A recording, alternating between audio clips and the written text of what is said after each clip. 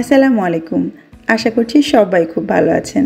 আজ আপনাদেরকে রান্না করে দেখাবো কলিজা ভুনা। খুবই সহজ আর সাধারণ একটা রান্না। তবে আজকের রান্নাটা একদম নিজস্ব স্টাইলে করছি। আশা করছি আপনাদের ভালো লাগবে আর বাসায় ট্রাইও করবেন। এভাবে কলিজা ভুনা করলে সেটা আপনারা ভাত, পোলাও, পরোটা, রুটি, লুচি যে কোনো কিছুর সঙ্গেই সার্ভ করতে পারেন। আমি আগের দিন ভাত দিয়ে খেয়েছি, পরের দিন সকালে পরোটা দিয়ে। খুবই মজা হয়েছিল রান্নাটা, তাই ভাবলাম কেন না আপনাদের সঙ্গেও শেয়ার করা যাক। চলুন তাহলে দেখে নেওয়া যাক কীভাবে রান্নাটা করতে হবে। আজকের রান্নাটা করার জন্য আমি বিফ কলিজা নিয়েছি। আপনারা যে কোনো ধরনের কলিজা দিয়েই একইভাবে রান্নাটা করতে পারেন। এখানে 1 কেজি কলিজা আছে, আর তার সঙ্গে আমি টুইস্ট হিসেবে নিয়েছি 500 গ্রাম মাংস। এখানে মাংসের টুকরোগুলো আমি ছোট করে কেটেছি, আর মাংসের সাথে চর্বির পরিমাণটা কিন্তু অনেকটা বেশি রেখেছি। এতে করে রান্নায় আমাদের তেলের পরিমাণও কম লাগবে আর টেস্টও অনেক ভালো হবে। আলু নিয়েছি, চাইলে বাদও দিতে পারেন, তবে আলু দিয়ে করলে স্বাদ বাড়বে। আমি এই সাইজে 6টা আলু নিয়েছি। শুরুতে আমরা কলিজা সেদ্ধ করে নিব, যাতে এর ভেতরের ময়লা বা রক্তটা বের হয়ে যায়। তার জন্য একটা হাঁড়িতে আধা টেবিল চামচ লবণ, 1 চা চামচ হলুদ এবং পর্যাপ্ত পরিমাণ পানি দিয়ে চুলায় বসিয়ে দিব। আমি গরম পানি দিচ্ছি যাতে সেদ্ধর সময়টা কম লাগে, আর পানিটা এমনভাবে দিবেন যাতে কলিজাগুলো ভেতরে ডুবে থাকতে পারে। গরম পানি দিলে খুব বেশি সময় লাগবে না এটা সেদ্ধ হতে। 20 থেকে 25 মিনিটের মাথায় কলিজা সেদ্ধ হয়ে যাবে। জাস্ট মাঝে একবার দুইবার কলিজাগুলোকে উল্টে দিবেন, যেহেতু বড় পিস, এতে করে ভেতর পর্যন্ত কলিজাটা সেদ্ধ হতে পারবে। একদম ভেতরে যদি হালকা একটু কাছে থেকেও যায় তাতে সমস্যা নেই। আমি 25 মিনিট পরে কলিজাগুলোকে এই পানি থেকে তুলে নিচ্ছি। দেখতেই পাচ্ছেন পানিতে কিন্তু অনেকটা ময়লা ভেসে উঠেছে। আর এই কলিজাগুলোকে এখন আমি ঠান্ডা পানি দিয়ে দুবার ভালো করে ধুয়ে নিব। এবারে আমরা আলু আর কলিজা কেটে নিব। প্রথমে আলু কাটছি। আলুগুলোকে এমন সাইজে কাটবেন যে সাইজে আপনি কলিজা কাটতে চান। মোটামুটি সমান সাইজে কাটলেই দেখতে ভালো লাগবে। 6টা আলু আমি এভাবে টুকরো করে কেটে নিয়েছি। এবারে কলিজাগুলোকেও একইভাবে কেটে নিচ্ছি। খুব বেশি বড় টুকরো করব না, মোটামুটি পাতলা ছোট করেই কাটছি। তবে কোনো সমস্যা নেই যদি আপনি চান বড় টুকরো করে কলিজাগুলোকে রান্না করতে। আর কলিজার সাইডে যে একটা পাতলা পর্দার মতো থাকে, চাইলে সেটাকে এভাবে টেনে খুলে বাদ দিতে পারেন। এভাবে সবটুকুন কলিজা আমি টুকরো করে কেটে নিব। আপনি চাইলে আগে থেকে সেদ্ধ কলিজা এভাবে টুকরো করে কেটে ডিপ ফ্রিজে রেখে দিতে পারেন, পরে যে কোনো সময় বের করে রান্না করে নিলেই হবে। এবারে চলে এলাম মূল রান্নায়। মিডিয়াম হাই আছে একটা গরম প্যানে 4 টেবিল চামচ তেল দিয়ে দিলাম। তার মধ্যে ফোড়নের জন্য তেজপাতা, দারচিনি, এলাচ আর কয়েকটা লবঙ্গ দিয়ে নিলাম। এবারে এতে 1 কাপ দিয়ে দিচ্ছি মিহি কুচি করা পেঁয়াজ। পেঁয়াজগুলোকে হালকা করে একটু ভেজে নিব, খুব বেশি ভাজতে হবে না। যখন পেঁয়াজগুলো একটু নরম হয়ে আসবে তখন এর মধ্যে 1 টেবিল চামচ দিয়ে দিচ্ছি লবণ, 1.5 টেবিল চামচ আদা বাটা এবং 1 টেবিল চামচ দিচ্ছি রসুন বাটা।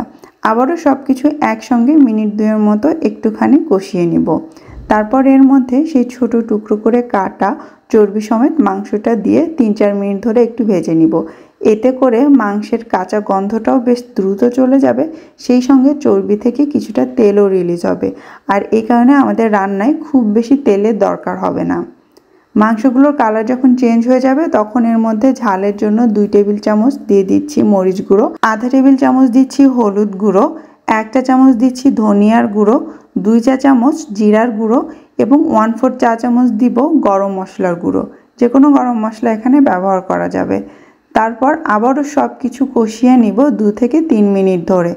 যখন দেখবেন এটা বেশ আঠালো হয়ে নিচটা একটু ধরা ধরা হয়ে আসতে চাইছে, সেই পর্যায়ে পানি দিতে হবে। আমি আধা কাপ পানি দিলাম, খুব বেশি দিব না, কারণ মাংসগুলো ছোট টুকরো করে কাটা আছে এমনিতেই।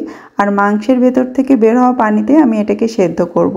তাই চুলার আঁচ কমিয়ে মিডিয়াম লোতে করে দিয়ে ঢেকে দিলাম, যতক্ষণ না মাংস থেকে পানি বের হয়ে মাংসটাকে সেদ্ধ করে দিচ্ছে। আধা ঘন্টার মাথায় ছোট টুকরো করে কাটার কারণে মাংসগুলো সেদ্ধ হয়ে গিয়েছে আর পানিটাও বেশ টেনে এসেছে। এই পর্যায়ে ঢাকনাটা তুলে একটু নেড়ে আমি এর মধ্যে সেই কেটে রাখা কলিজার টুকরা আর কিছু টমেটো দিয়ে আবারও একটু কষিয়ে নিব 3 থেকে 4 মিনিট ধরে।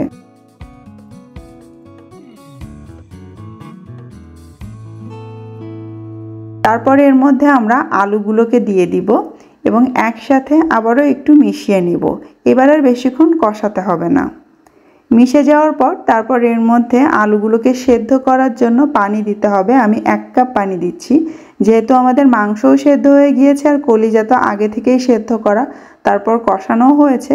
তো এমনটা পানি দিবেন যাতে আলুগুলোও সেদ্ধ হয়, আবার একটা গা মাখা মাখা ঝোল থাকে। তবে আপনি যদি বেশি ঝোল করতে চান সেক্ষেত্রে পানি বেশি দিতে পারেন। স্বাদ মতো কিছুটা লবণ দিয়ে দিতে হবে, যেহেতু আমরা এর মধ্যে আবারও আলু অ্যাড করেছি। তারপর ঢাকনা দিয়ে ঢেকে লো আঁচে আমরা এটাকে আরও 15 থেকে 20 মিনিট একটু রান্না করে নিব। 15 মিনিট পরে ঢাকনাটা তুলে আমি একটু নেড়েচেড়ে দিচ্ছি। আমাদের আলু সেদ্ধ হয়ে গিয়েছে, মাংস আরও নরম হয়েছে আর কলিজার ভেতরেও মশলাটা ভালো মতো ঢুকে গিয়েছে। এইবারে আমরা এতে বাগার দিব এই স্বাদটাকে আরও বাড়াতে। এই জন্য এটাকে এভাবেই চুলায় রেখে পাশে আরেকটা চুলায় আমি বাগারটা রেডি করে নিচ্ছি। এজন্য আমি আবারও 4 টেবিল চামচ সরিষার তেল নিলাম, তাতে 1/4 চা চামচ দিয়ে দিচ্ছি জিরা। জিরাতে ফোড়ন উঠলে এবারে কুচি করা একটু আদা আর 2 কোয়া রসুন দিয়ে দিচ্ছি। অবশ্যই আদাটাও দেওয়ার চেষ্টা করবেন। সেই সঙ্গে আধা কাপ দিয়ে দিচ্ছি পেঁয়াজ কুচি। এই সমস্ত কিছু এখন একসঙ্গে এই সরিষার তেলের মধ্যে আমরা সোনালি করে ভেজে নিব। আর সরিষার তেলে যে সমস্যাটা হয়, ভাজতে গেলে ওপরে অনেক ফেনা উঠে, তাই এইভাবে একটু তুলে তুলে দেখে নেবেন কখন এটা সোনালি হচ্ছে। পুড়িয়ে ফেলা যাবে না কিন্তু, তাহলে বাগারের সুগন্ধ নষ্ট হয়ে যাবে। যখনই এরকম সুন্দর সোনালি কালারে এগুলো ভাজা হবে, তেল সমেত সমস্ত কিছু এটা পাশের চুলায় রাখা মাংসের উপর ঢেলে দিতে হবে। সেই সঙ্গে আরও আধা থেকে 1/4 চা চামচ মতো গরম মশলা এর মধ্যে দিয়ে ভালো করে মিশিয়ে নিতে হবে। ঘরে কাঁচামরিচ থাকলে 10-12টা কাঁচামরিচও এতে আস্ত ফেলে দিতে পারেন।